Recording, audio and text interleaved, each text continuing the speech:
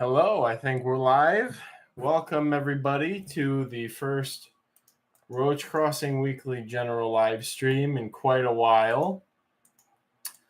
We have a couple people here already. We got Tennyson, Jojo Macro, Altered Pants, and Braden. Welcome. Even though we don't have many people here, I'm going to go ahead and say right off the bat this is going to be a very short stream. I'm also going to assume that everybody here will know why that is. That being the crushing amount of work that I have to do. So, for anybody tuning into dead streams, I've decided to put all standard orders on hiatus until I get on top of some things. What is going on here? All standard orders on hiatus until I get on top of some things because it's a little bit crazy around here right now. Hello, Chain and Duchess. So my plan is to everybody's been basically contacted. What's the difference between the two of these? Everybody's been contacted. Hello, Dynamo Terror, with their order winnings. Payments we're wrapping up on those too for a lot of people. So the basically, if you're wondering what I'm fidgeting with here, it's this. I'm just curious about trying to do two things at once here, live streaming and doing something else. This is very shoddy. Oh boy.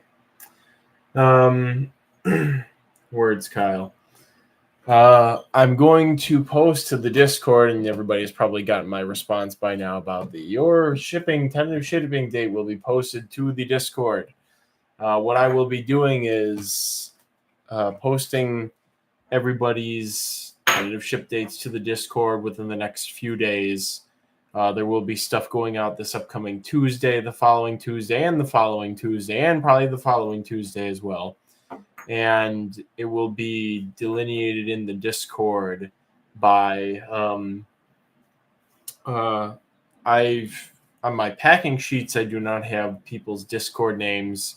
With the way things are set up, it would have taken me a huge chunk of time to actually go through and get that information added to the shipping roster stuff. So I'm going to not dox anybody by probably putting full first names and then first initial of last name that was provided for shipping information.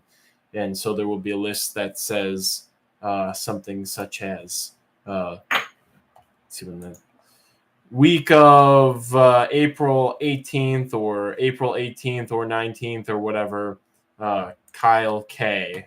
And so that will all be listed there in that manner. That way, I might even post it on Roach Crossing too in the blogs. But again, since everybody had to use Discord to do the auction in the first place, everybody thus also has a Discord. And so that will just be pinned somewhere until everything is shipped. So, but it's been rough. It's been rough, guys. Just doing all the contacting and everything was like 2 chunks of 10 hours of work to coordinate all the lists and then get the totals to everybody and then get the sheets made up. And then, of course, coordinating payments with stuff is a whole other thing. So I'll take a moment here and say welcome to Zen Monkey, Michael Hare, and Loki. Thank you for joining. Again, this will be a very short live stream because I want to get back to doing things. And it's going to be, honestly, I'm taking tomorrow off, which I planned about a month and a half ago to do. And Saturday, I'm helping Angela with her apartment stuff for half the day and then coming back home and working. Then Sunday, I'm stuck outside all day. We're having basically summer weather right now. It's 80 degrees and it's actually hot in the house suddenly. So we went right from winter into summer, basically. So Sunday's our last warm like this kind of day. And then we go back down into nighttime temperatures just above freezing, and then daytime in the 50s, 60s. So it's not going to be too bad. but it's going to be not as good as this. So basically, I have a bunch of yard work I have to do. I got to go outside and finish cutting stuff down and doing some cleaning up and some burning and some fencing off some vegetable beds in the front yard, moving some stuff out of the front yard. Then I got to go in the backyard, finish cutting things down. I got to go pull garlic mustard in the way back of the yard and get rid of a bunch of fencing that's out there. Have to clean out all the rabbit cages. Their baby bunnies are in their free ranging niblet mode now, so they're going to be coming out into the enclosure. So I got to do that. I got to figure out how a duck is getting out of the bird run. Somehow it's been getting out, even though I patched up the entire roof of the runs. I have to figure out what parkour it's doing to get out of there. Get garden beds prepped and ready, cut things down, move some compost, spread some compost, put up some fencing, take down some fencing, fix some fencing, move some things around. And it's just going to be a lot on Sunday. I'm going to be outside probably from sunup to sundown. And then Monday we'll be starting on, I'll probably be doing a weird mixture of packing and husbandry on Monday. So, and that's going to be my whole week is packing and husbandry up until Wednesday will be the last shipping day. So I won't be doing any shipping after that, but the rest of the week will just be husbandry. Look low for the duck hole, says Zen Monkey. Well, the thing is, all the fencing's intact. All the actual fence is fine. It's the cover. There's in the anti-hawk cover that I have up. There's got to be some little nook that it's crawling, it's jumping up onto, and then flying out, and then getting out. So I have to look around for that. So weather here will drop to snowing, says Tennyson. Then a few days later will be 70. So we've had lots of flooding issues. Luckily, my area isn't affected like the main city has been.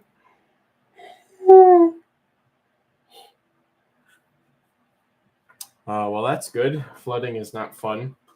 What I was trying to do two things at once is I got this off of Amazon. It's this, it claims to be a reptile light.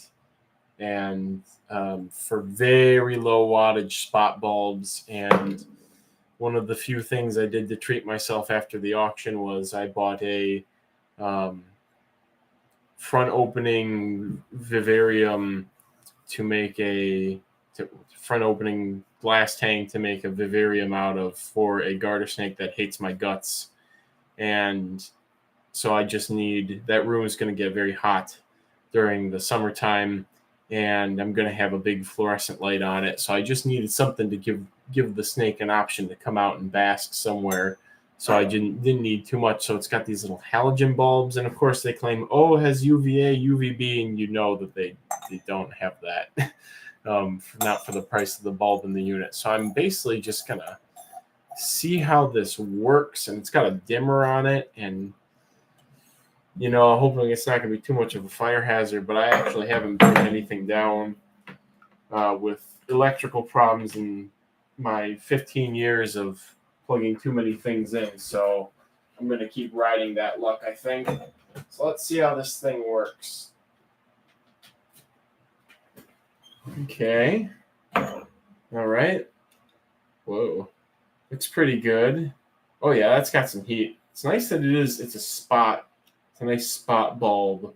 Yeah, that's pretty good. It's nice that it's very focused. This is exactly what I wanted. It also has a dimmer. So I was actually on the highest mode. If you dim it all the way down, it completely goes out. That concerns me slightly. Yeah, that's pretty good. See how long it lasts. Surprisingly good. It's only 25 watts, supposedly. Full, it's about half. And then off. So yeah, we'll see if it burns out or if it burns my house down. But so far, it looks like everything that I wanted. Just to give a little bump of heat on one spot for the snake that absolutely despises me. Oh, so all right. So yeah, so if anybody wants any information on these spot bulbs, I can provide that.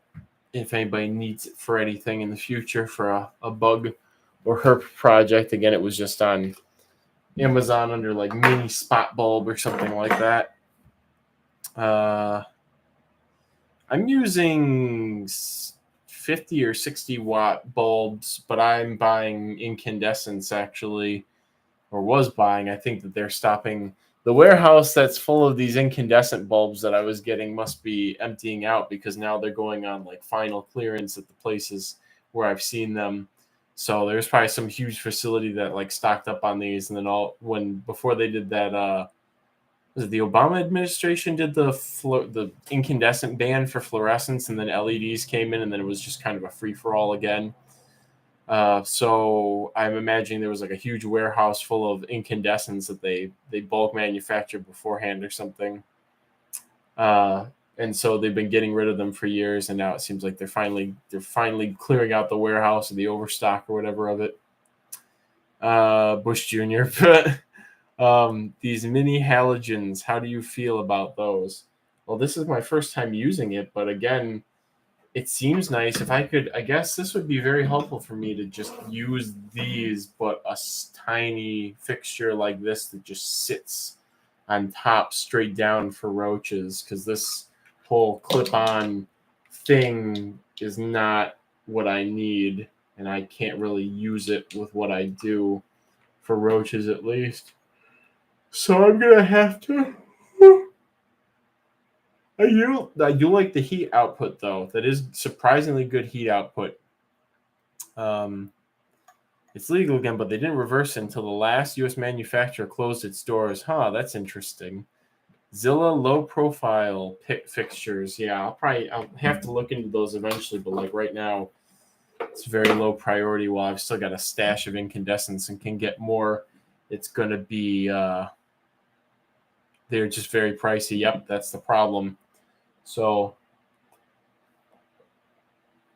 I've considered those ceramic heat emitters, but I had a problem with one when I was younger, and it really put me off to them for going on like 15 plus years now. May very well be had one overheat. I mean, overheating isn't an issue for my stuff per se, just more of a cost perspective. They were really expensive then, and it like broke immediately after I started using it. So it was just mine never heat enough. Yeah, so it was like that situation.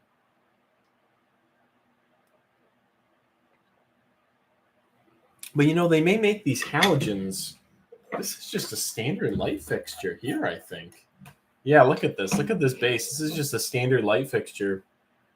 So I suppose I could just buy a bunch of these little mini halogens when my incandescent things run out, because it's giving pretty good heat output. 150 watt was such a newbie thing for me. Yeah, that's a lot of heat. I only use that. I used to use a high wattage. Roach crossing ancient history was when I lived at my parents', and I heated my whole collection with a single 150 or 250 watt bulb. So I had it on.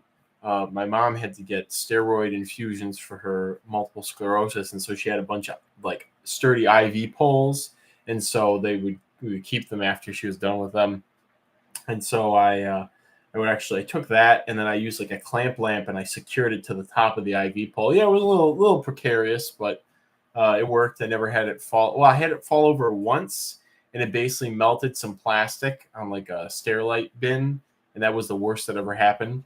But so I just directed the spot so that it would hit all or as many of the Roach containers as I could get it to. And I used to remember the Roaches would all be up on the front, hanging on the screen, heating up their abdomens. So that was fun. How hot is your Roach room? The office is wow, it's 86 degrees right now. Actually, I wonder if those Roaches are showing stress response. No, it's probably a female, but she's mature. I might go turn that light off anyways.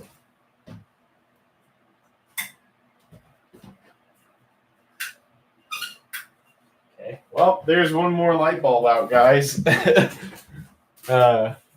Anyways, The day the sun fell down upon the roach lands. Yeah, I mean, it actually fell on a superworm enclosure. Actually, was what it was. What it fell onto. So yeah, the roach room is 86 right now. During the summertime, when I leave the window open more frequently, it'll be cooler at night. Sometimes it'll be in like the high 60s, and it'll get into the 80s during the day. During the winter, it's goes up into the 80s, and at night it falls down usually in the high 70s. So it's usually warmer during the winter in here actually. And actually, I don't know if I brought this up. Maybe I did before. Alan posting reminded me of that. Was when we did the fish day. I actually accidentally left the heater on in here in February, and when we came back, it was like 101 degrees, and like I was so sure that everything was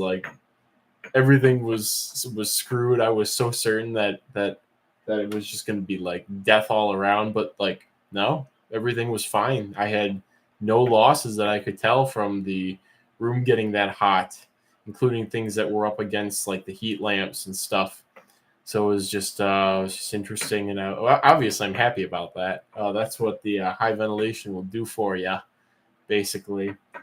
Other changes, I moved the shelf that was in here out of here to make room for more bugs, to put up the springtail shelf that I've been talking about, to kind of save some of my cultures from being invaded by like Entomobria unostrigata, or at least like try and put it off as much as possible. So actually, there are some things on here I need to move off, but it's not everything's ready to be bumped into a full size container like I want to have them all. And obviously, my medium bins here.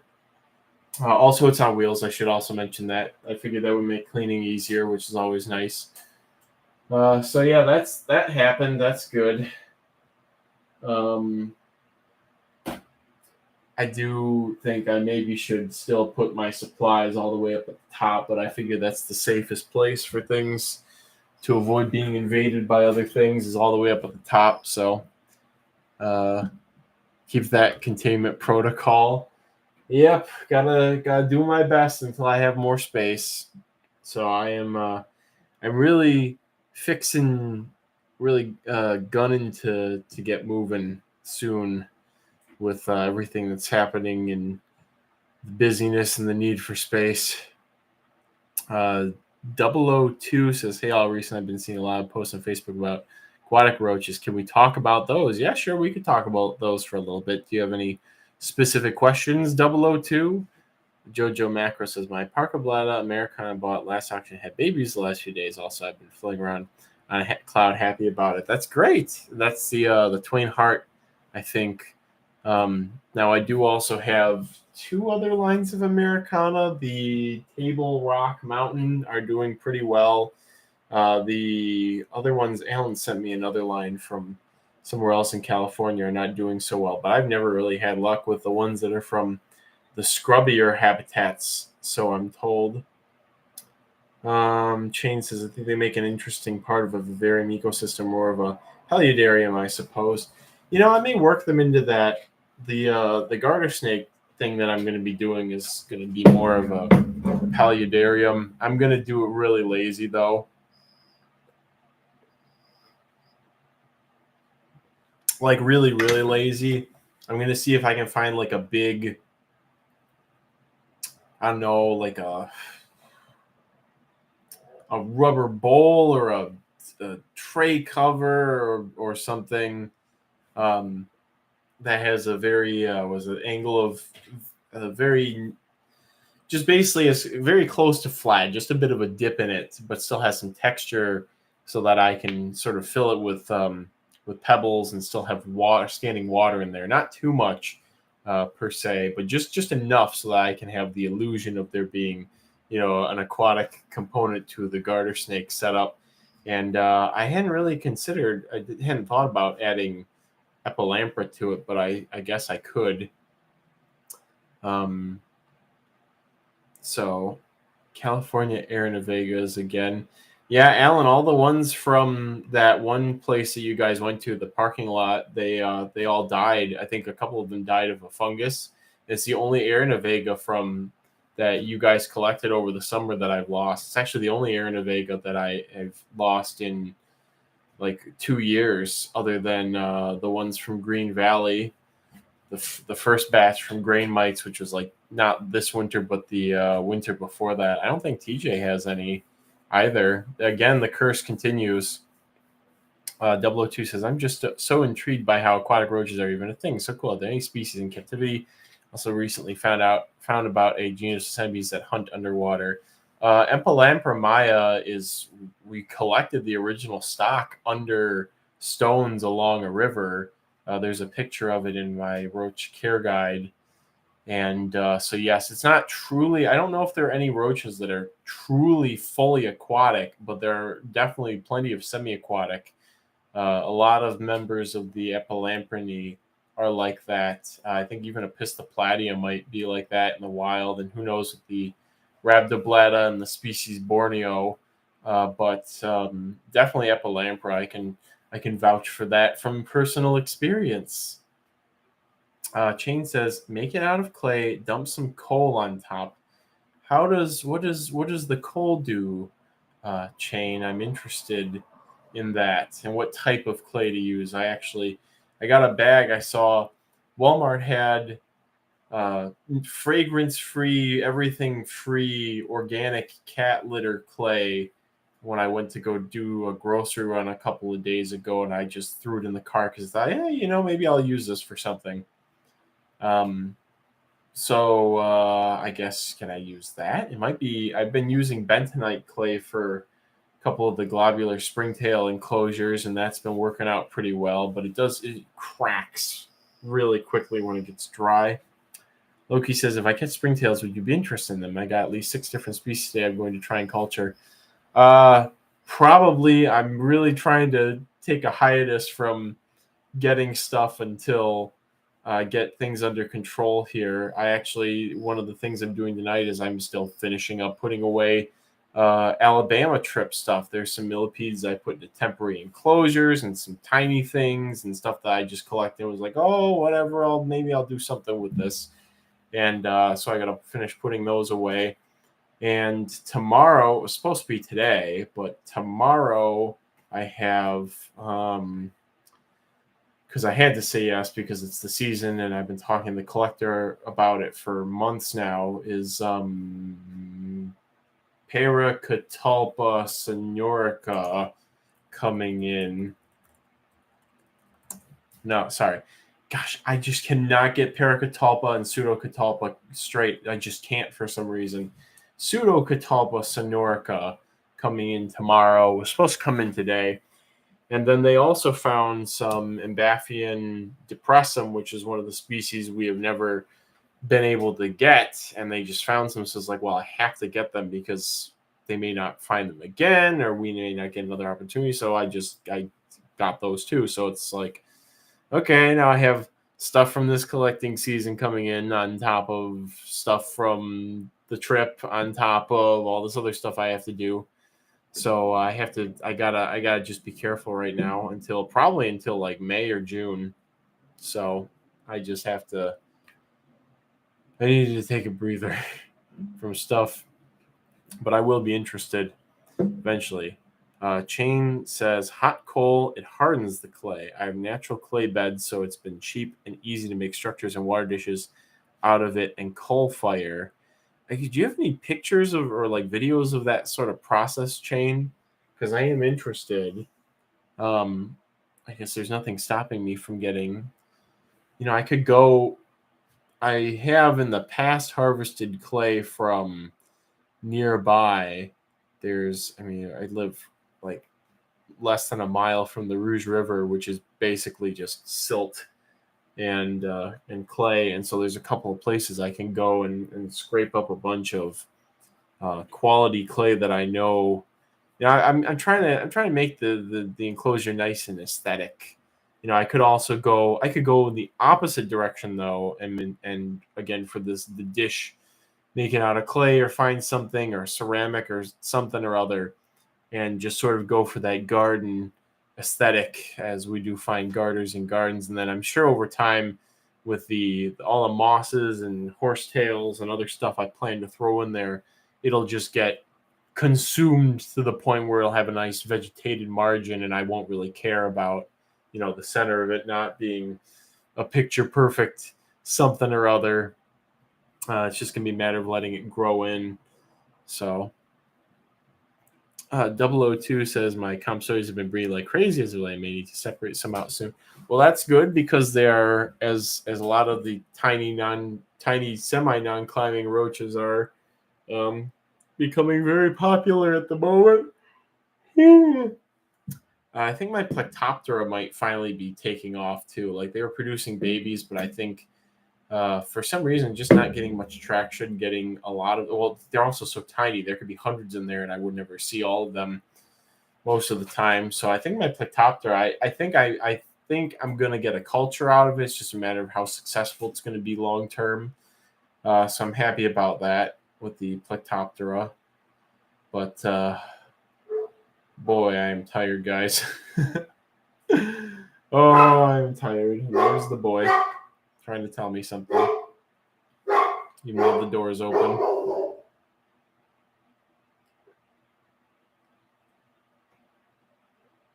Hoping I can take a vacation in June.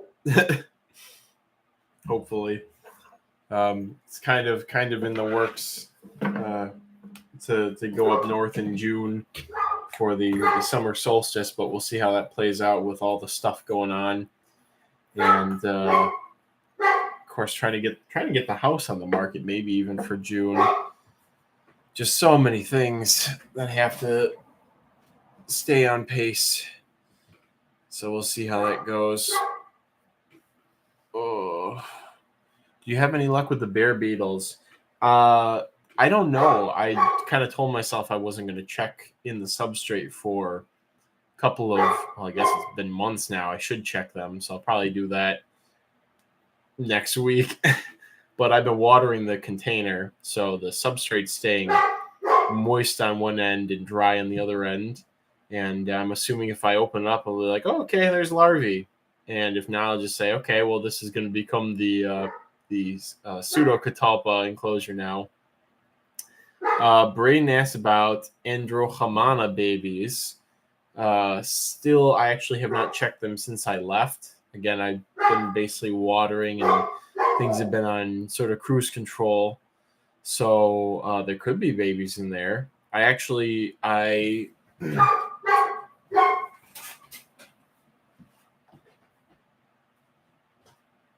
Micromanagement. I wondering if maybe they were too dry, and so I put a polycarb over the enclosure, and then now I'm trying to keep the heat lamp kind of away from the back where they like to hang out. So as you can kind of see there, I moved it front and more to one of the corners. So I don't know. I don't think TJ's reported any either, which is, kind of like, for them. But Dynamo Terror asked about Stellodota cohabiting. Yes, I'm sure you can keep them with all kinds of stuff. I had a colony of local ones in with my Perinophyta formosana for a while until I finally I had to do like a big enclosure revamp for that species. So I ended up I didn't keep any of the Stellodota from there because I just found them outside. I can find more anytime. So Michael Harris, what would y'all recommend as a small feeder roach besides red runners? I really like using pallets. I've been using pallets for a lot of stuff lately too. Funnily enough, to feed a lot of the spiders from the auction while they're waiting to be shipped out, I've been using Botella Vega because I was like, oh, well, just use a couple of these out of this colony, see how it goes. So I've actually been using those for feeding spiders. 002 says, recently read a paper on how Nocticola is the only genus that doesn't harbor bladybacterium, but phylogeny doesn't indicate that genus is all that far removed from other roaches. Any theories? Lost them secondarily would be a good explanation. I don't know if termites have bladybacterium. I think Macrotermes darwini or something is the only termite that has bladybacterium, which suggests that I think all the other termites lost them secondarily, perhaps. Somebody correct me if I'm wrong on that. So it wouldn't be out of the question if whatever they were doing with their life, the common ancestor with their life history or whatever, ditched bladybacterium where they became unsuitable for them to live inside of Nocticola for some reason. I don't think bladybacterium were reported from any mantids, but I do remember it being proposed based on, I don't know if it was mitochondrial DNA or something, wasn't whole genome analysis. They had proposed that Nocticola was actually nestled within mantids. So we'll see if any hard evidence comes out suggesting that, if Nocticola are just roachy mantids. I don't know if that's been disproven lately. So we passed the half an hour mark, guys, and again I'm very busy, so I don't want to stay too much. I do want to stay longer and talk, but I really should not. So does anybody have any questions that they're dying to ask, or any information they're dying to know before I wrap things up and get back to the roach mines for the night? Any questions about auction stuff, general bug stuff, anybody's specific orders? Any questions about any of that stuff? That way I can answer right now.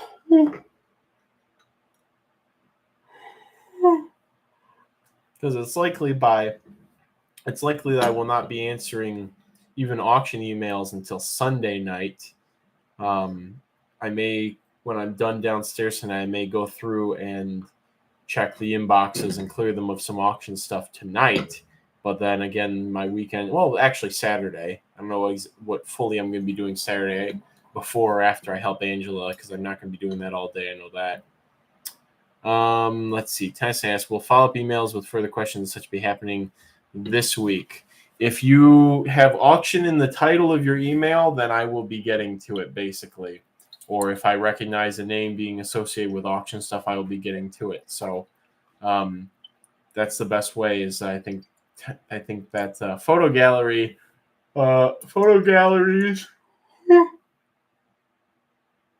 auction stuff chain should be in that. So just reply, and we'll probably get to it tonight or Saturday or Sunday night or Monday.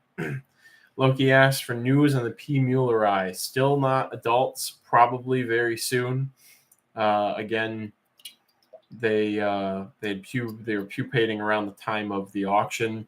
And I believe it was about a week before the first one due at close that is a different unrelated larva to the other batch that I have. The eyes turned black about a week before it closed. So I don't think any of them have had their eyes turn black, but then again, I haven't really checked. Shane asks, what was the moss you got so I can get a bin made for it? I really don't know. There's one.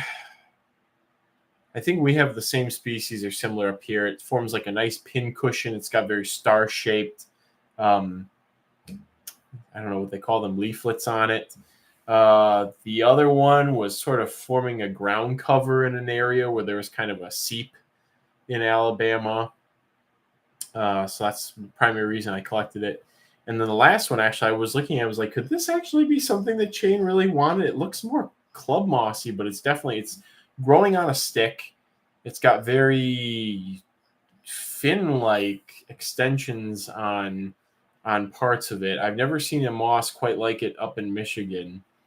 But obviously all of those samples are coming to you, Shane.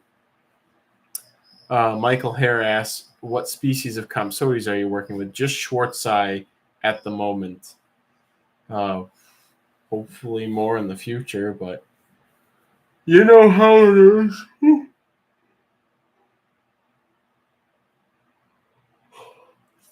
Any other questions, anybody, before we tragically wrap up this stream? Maybe next week's stream will be longer and better. We'll see. how that is.